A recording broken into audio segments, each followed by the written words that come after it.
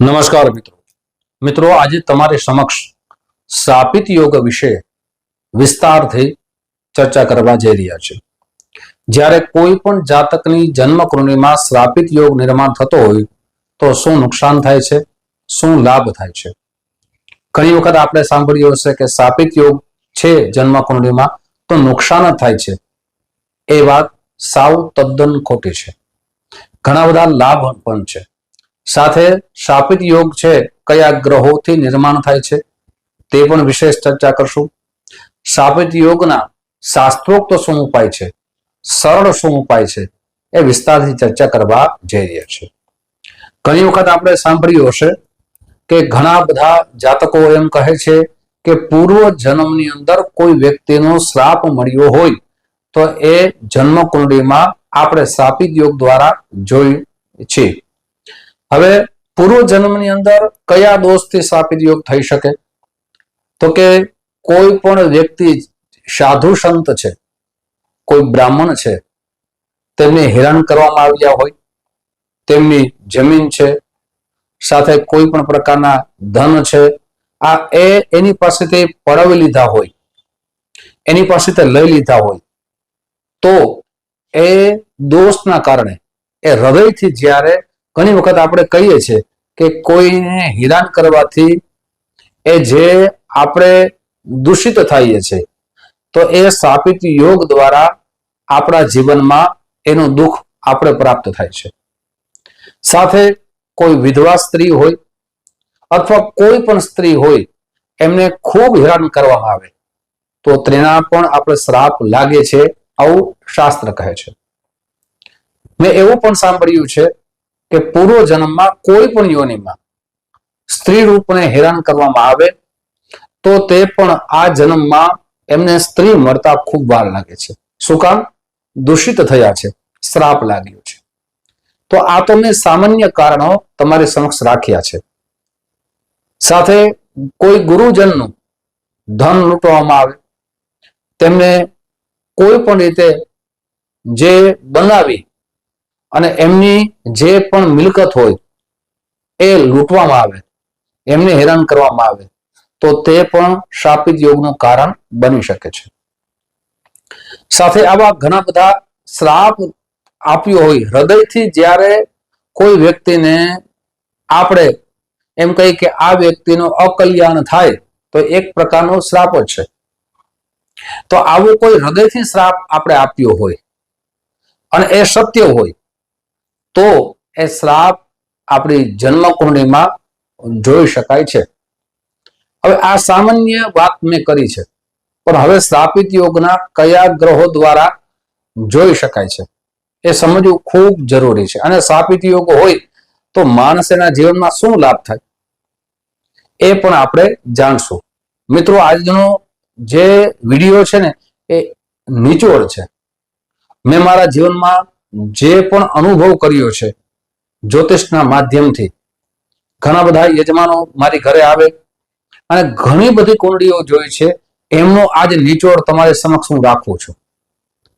અને આ વિડીયો શાપિત યોગ માટે ખૂબ જ ખાસ છે, એટલે આ વિડીયો સંપૂર્ણપણે પૂરેપૂરો વિડીયો જરૂર સાંભળજો, જેનાથી શાપિત યોગ વિશે દરેક પ્રકારની વિશેષ માહિતી તમને પ્રાપ્ત થઈ શકે અને સચોટ માહિતી પ્રાપ્ત થઈ શકે। હું દરેક ચર્ચા કરીશ, જે કુંડળીના માધ્યમથી પણ ચર્ચા કરશું, જે ચર્ચા અલગ અલગ મેં સારા વ્યક્તિ, વિદ્વાન વ્યક્તિઓ પાસે સાંભળી છે, ગુરુજનો પાસે મેં સાંભળી છે, તે પણ ચર્ચા વિશેષ કરશું। હવે શાપિત યોગ 3 ગ્રહ દ્વારા જોઈ શકાય છે। સૌથી પહેલા શનિ, રાહુ ને કેતુ, જેમાં રાહુને વધારે વિશેષ દરજ્જો દેવામાં આવ્યો છે। 3 ભાવ છે અને 3 રીતે માણસ એમના જીવનમાં શાપિત યોગનું દુઃખનું કારણ બને છે। સૌથી પહેલા જ્યારે કોઈની જન્મ કુંડળીમાં શાપિત યોગ નિર્માણ થતો હોય, કયા ભાવથી થાય છે એ પણ કહીશ, ત્યારે સૌથી પહેલું દુઃખનું કારણ શરીર બને છે। શરીર બીમાર રહે, સ્વાસ્થ્ય સારું ન રહે, એક મુખ્ય કારણ છે। બીજું શાપિત યોગનું મુખ્ય કારણ છે વંશ વૃદ્ધિ આગળ ન વધે, એમની પેઢી ત્યાંથી બંધ થઈ જાય, એ બીજું મુખ્ય કારણ છે.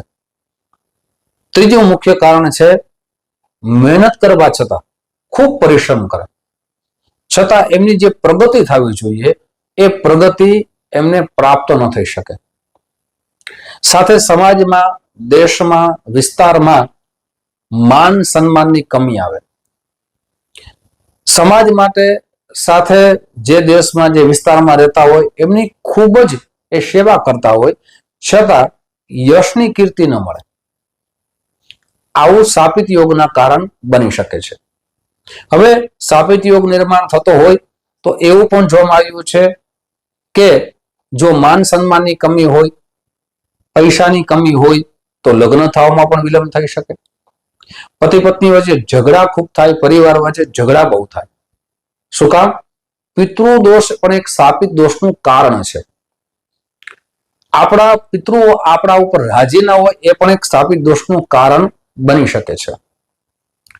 હવે પૂર્વજોએ જે પણ કર્મ કરી ગયા છે, જેમ એમનો આપેલું આપણા ઘરમાં મકાન હોય, જમીન હોય, ધન હોય, એ વારસામાં મળે છે.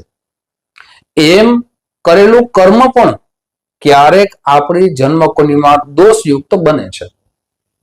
મેં અનુભવ કર્યો છે કે જન્મકુંડળીમાં કોઈ માતા પિતાની જન્મકુંડળીમાં કાળસર્પ યોગ નિર્માણ થતું હોય તો એ બાળકના જન્મ પહેલા એમનું વિધાન કરાવે તો એ બાળકની જન્મકુંડળીમાં આ દોષ આવતો નથી. એમ શાપિત યોગ પણ જો પૂર્વમાં શાસ્ત્ર પ્રમાણે એની દરેક પ્રકારની વિધિ વિધાન થઈ ગયું હોય અને બાળકનો જન્મ ન થયો હોય અને જો પછી બાળકનો જન્મ થાય તો એ શાપિત યોગનું કારણ બનતું નથી, અથવા એ કુંડળીમાં આ દોષ આવતો નથી. આવું મિત્રો એમના સંતાનોને પણ ભોગવવું તો પડે છે. ઋણાનું બંધન આપણે બધા ભેગા થયા છીએ. હવે બને છે શું? તો કે શાપિત યોગ છે રાહુ, કેતુ અને શનિ દ્વારા થાય છે. હવે આ ગ્રહોને પણ સમજવા ખૂબ જરૂરી છે. શનિ છે એ વૈરાગ્યના ગ્રહ છે. શનિ છે ન્યાયના ગ્રહ છે, કર્મના ગ્રહ છે. રાહુ છે એ સંગત દોષ કરાવે. રાહુ છે એ ચરિત્ર બગાડે. રાહુ છે એ મનને બગાડે. રાહુ છે એ સંગત બગડવાથી ધનનો બગાડ થાય, માન સન્માનની કમી આવે, યશ કીર્તિમાં એમ કહી શકાય કમી આવી શકે. ઘણા બધા એક કાર્ય બગડવાથી જીવનના ઘણા બધા કાર્યો તેનાથી બગડે છે. હવે 3 જગ્યાએ જો આ 2 ગ્રહોની યુતિ થતી હોય તો એને શાપિત યોગ માની શકાય. હવે આ બરાબર સમજો.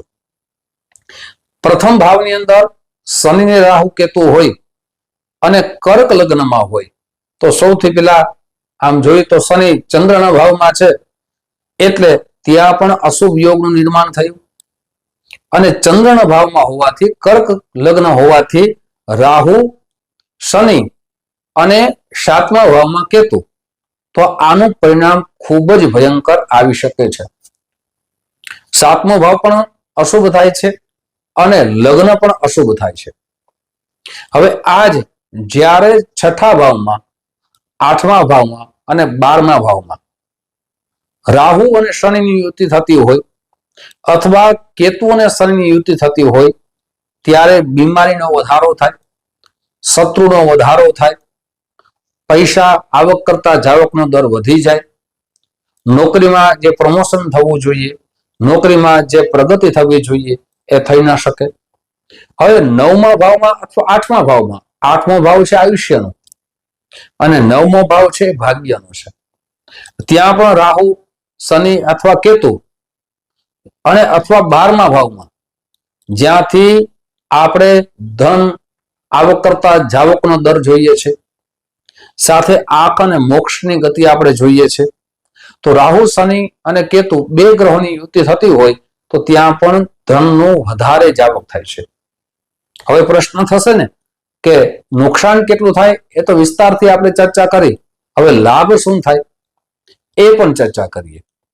તો જો 6થા સ્થાનમાં અથવા 12મા સ્થાનમાં અથવા પ્રથમ ભાવમાં કેન્દ્ર સ્થાનમાં રાહુ, શનિ અથવા કેતુ બે ગ્રહોની યુતિ થતી હોય તો મેં જોયું છે કે આવા જાતક એમના જીવનની અંદર વૈરાગ્ય યુક્ત હોય છે, સારા સાધુ સંત બની જાય છે, સારા શિક્ષક પણ બની જાય છે, જેને કોઈ મેળવવાની ભાવના નથી, ત્યાગની ભાવના છે, બધી વસ્તુ દેવાની ભાવના છે. હવે એ જ પ્રમાણે જોઈએ તો પ્રથમ ભાવની અંદર મકરનું લગ્ન હોય, કુંભનું લગ્ન હોય અને રાહુ અને કેતુ બે ગ્રહોમાંથી કોઈ પણ એક ગ્રહ શનિ સાથે હોય, સ્વગ્રહ છે, પોતાની જ રાશિમાં શનિ છે, અથવા કુંભ રાશિમાં હોય તો ઉચ્ચ રાશિ પણ કહી શકાય, તો પણ એને લાભ થાય છે. આવા જાતકો સારા જ્યોતિષી બને છે, આવા જાતકો સારા ગૂઢ રહસ્યના જાણકાર બને છે, આવા જાતકો સારા ડોક્ટર બને છે, આવા જાતકો સારા વૈજ્ઞાનિક બને છે, આવા જાતકો એમના જીવનની અંદર એમ કહી શકાય કે ધન ખૂબ જ બીજાને આપે છે. એવું પણ જોવામાં આવ્યું છે કે શાપિત યોગમાં જેનો જન્મ થયો હોય આવા જાતકો ઈમાનદાર બહુ હોય છે, પણ એ ઈમાનદારી છે ને એ હર હંમેશા દગા ફટકામાં ખોવાઈ જાય છે. હવે મિત્રો શું ઉપાય કરવા જોઈએ અને સાથે સાથે જન્મકુંડળી સારા જ્યોતિષ આચાર્યને બતાવવી જરૂરી છે, કેમ કે મેં તો જન્મકુંડળીની ચર્ચા કરી, હવે ચલિત કુંડળીમાં પણ જોવું ખૂબ જરૂરી છે. આ ખરાબ ફળ અશુભ ફળ ક્યારે મળે છે? જ્યારે શનિ અથવા રાહુ અથવા કેતુ એમની મહાદશા ચાલુ હોય અથવા એની અંતરદશા ચાલુ હોય અને આ યુતિ થતી હોય, અથવા એમ પણ કહી શકાય કે જ્યારે શનિની અંશકળા ઓછી હોય, રાહુની વધારે હોય તો એનું બળ વધી જાય છે. છઠ્ઠા, આઠમા, 12મા સ્થાનમાં લગ્ન મિત્રો તમારી સમક્ષ મેં રાખ્યા છે. જ્યારે ધન લગ્ન હોય, મીન લગ્ન હોય ત્યારે અશુભ ફળની પ્રાપ્તિ વધી જાય છે. રાહુ છે ગુરુના ભાવમાં કહેવાય. હવે વાત કરીએ મિત્રો અંશકળાની વાત કરી, ચલિત કુંડળી જોવી જરૂરી છે, સાથે મહાદશા જોવી જરૂરી છે. ત્યારે શનિ રાહુ જ્યારે યુતિ કરતા હોય ત્યારે અશુભ ફળની પ્રાપ્તિ થઈ શકે છે. હવે એમના શું ઉપાય છે? આપણે શાસ્ત્રોમાં તો બહુ સુંદર રીતે એના ઉપાય લખ્યા છે, પણ જો આપણે એ ઉપાયો ન કરાવી શકીએ ત્યાં સુધી શું સરળ ઉપાય કરવા જોઈએ એ પણ તમારી સમક્ષ રાખું છું. પણ તે પહેલા એક નમ્ર પ્રાર્થના છે, મારા નવા મિત્રો આ વિડીયો જોઈ રહ્યા છો, મિત્રો આ વિડીયો તમને ગમે તો જરૂર ને જરૂર લાઈક કરજો, તમારા મિત્રોમાં શેર કરજો. સાથે મિત્રો તમારી કુંડળીમાં શનિ રાહુની યુતિ કયા ભાવમાં થાય છે એ કોમેન્ટ બોક્સમાં જરૂર લખજો. સાથે તમારા જીવનમાં શું અશુભ ફળ મળે છે કે શુભ ફળ મળે છે એ પણ જરૂર અનુભવ લખજો. મિત્રો હવે પહેલા હું સરળ ઉપાય બતાવું છું કે આપણે શું કરવું જોઈએ. તમારી જન્મકુંડળીમાં જ્યાં સુધી આપ આ ઉપાય ન કરાવી શકો શાસ્ત્ર પ્રમાણે ત્યાં સુધી આ સરળ ઉપાય ચાલુ રાખવા જોઈએ. અને ઘણા બધા મિત્રોના અમને કોલ પણ આવે છે કે શાસ્ત્રીજી અમારે જન્મકુંડળી જોવી છે, શું અમારી જન્મકુંડળીમાં કયા યોગ અશુભ બને છે, કયા યોગ શુભ બને છે, એની વિશેષ માહિતી અમારે જોઈએ છે. તો ઘણા બધા વિડીયોમાં હું કહી ચૂક્યો છું કે મિત્રો મારી ઓફિસ જામનગરમાં છે, આપ જામનગરથી ખૂબ દૂર રહેતા હો તો તેના માટે જ ઓનલાઈનની વ્યવસ્થા રાખી છે. સાથે ઓનલાઈનની વ્યવસ્થામાં તમારું નામ, તારીખ, સમય, સ્થળ બધું મોકલી દેવાનું રહીએ, સુનિશ્ચિત દક્ષિણા મોકલી દેવાની રહીએ, પછી આપને સમય દેવામાં આવશે. જ્યોતિષ જોવાનો સમય પણ અને એપોઇન્ટમેન્ટ લેવાનો સમય સવારે 10 વાગ્યાથી લઈ બપોરના 1 વાગ્યા સુધી છે, સાંજે 5 વાગ્યાથી લઈ અને રાત્રે 9 વાગ્યા સુધી છે. મિત્રો સૌથી પહેલા આપણે આપણા સગા સંબંધીઓ છે, આપણા ગુરુજન છે, આપણા વડીલ છે, આપણા માતા પિતાની આપણે સેવા કરવી જોઈએ, ઉત્તમ. અને આપણા મગજને, આપણા ક્રોધને ખૂબ કંટ્રોલ રાખવો જોઈએ, જેનાથી આપને માન સન્માનમાં જે કમી આવે છે એ કમી ઓછી થઈ જશે. માતા પિતાની સેવા, સાથે સાથે આપણા વડીલોની સેવા, એમનું અપમાન ન કરવું જોઈએ. હવે 2 સરળ ઉપાય બતાવું છું. એક તો સૌથી પહેલા દીક્ષિત થઈ અને માં ગાયત્રીના ઉપાસક બનો. 1.25 લાખ માં ગાયત્રીનું મંત્રથી અનુષ્ઠાન કરો, પહેલો ઉપાય. બીજો ઉપાય મહામૃત્યુંજય મંત્ર છે, એનું 1.25 લાખ અનુષ્ઠાન કરો, બીજો સરળ ઉપાય. ત્રીજો, રોજ શંકર ભગવાન ઉપર જલ ચડાવો, ગાયના દૂધનો અભિષેક કરો, રોજ ભગવાનની બાજુમાં જઈ ભગવાનને વંદન કરો, ભગવાનને હૃદયથી પ્રાર્થના કરો કે હે ભગવાન, મારી જન્મકુંડળીમાં જે શાપિત યોગનું નિર્માણ થઈ રહ્યું છે અને મને જે નુકસાન થઈ રહ્યું છે, હે ભગવાન, આપની કૃપા મારી માથે વરસે, જેનાથી ગ્રહો શાંત થઈ શકે. અને ભગવાન મહાદેવની કૃપા થાય તો મને લાગે છે દરેક ગ્રહો શાંત અવશ્ય થાય છે. પણ એ ભાવ, ભક્તિ, હૃદયથી ભગવાનના મંદિરે જવું અને હૃદયથી પ્રાર્થના કરવી જોઈએ. આ તો સરળ ઉપાય. હવે શાસ્ત્ર પ્રમાણે શાપિત યોગનું આપણા ધર્મશાસ્ત્ર પ્રમાણે જે વિધાન લખ્યું છે એનું મુહૂર્ત પણ લખ્યું છે, અને એ કયા ભાવથી થાય છે, સાથે એમનું અનુષ્ઠાન આખું લખ્યું છે 8 દિવસનું. 7 દિવસ પણ ઘણી જગ્યાએ બ્રાહ્મણો દ્વારા થઈ શકે છે. તો સારા વિદ્વાન બ્રાહ્મણ પાસે જઈ અને એના શાસ્ત્રોક્ત ઉપાય કરાવવા જોઈએ, જેનાથી આ દોષમાંથી તમે પણ બચી શકો, તમારા સંતાનને પણ નુકસાન ન થાય અને જીવનની અંદર લાભની પ્રાપ્તિ થાય અને દરેક કામ કરી શકો. મિત્રો, આજે શ્રાપિત યોગ વિશે વિશેષ માહિતી તમારી સમક્ષ રાખી છે. સાથે સાથે આગલો મારો વિડીયો પિતૃદોષ વિશે હતો. હવે શ્રાપિત યોગના પણ સરળ ઉપાય બતાવ્યા છે, પિતૃદોષના પણ આવતા વિડીયોની અંદર સરળ ઉપાય જરૂર બતાવીશ. અને જ્યાં સુધી શાસ્ત્રોક્ત ઉપાય ન કરો ત્યાં સુધી સરળ ઉપાય ચાલુ રાખવા જોઈએ. કરેલું કર્મ છે કદાપી નિષ્ફળ જતું નથી, પણ એમાં આપણે શ્રદ્ધા રાખવી જોઈએ, આપણે ભગવાન પ્રત્યે વિશ્વાસ રાખવો જોઈએ. જેટલો વિશ્વાસ માનવ માથે છે ને, આટલો વિશ્વાસ ભગવાન પ્રત્યે રાખીએ તો એનું અવશ્ય ફળ મળે છે, મળે છે, મળે છે. મિત્રો, આજનો વિડીયો તમે જે માધ્યમથી જોતા હો, ફેસબુકના માધ્યમથી જોતા હો તો અમારા પેજને ફોલો કરી લેજો. આપ યુટ્યુબના માધ્યમથી વિડીયો જોતા હો તો અમારા ચેનલ સબસ્ક્રાઇબ કરી લેજો. ફરીથી મળશું. જય શ્રી કૃષ્ણ. મહાદેવ.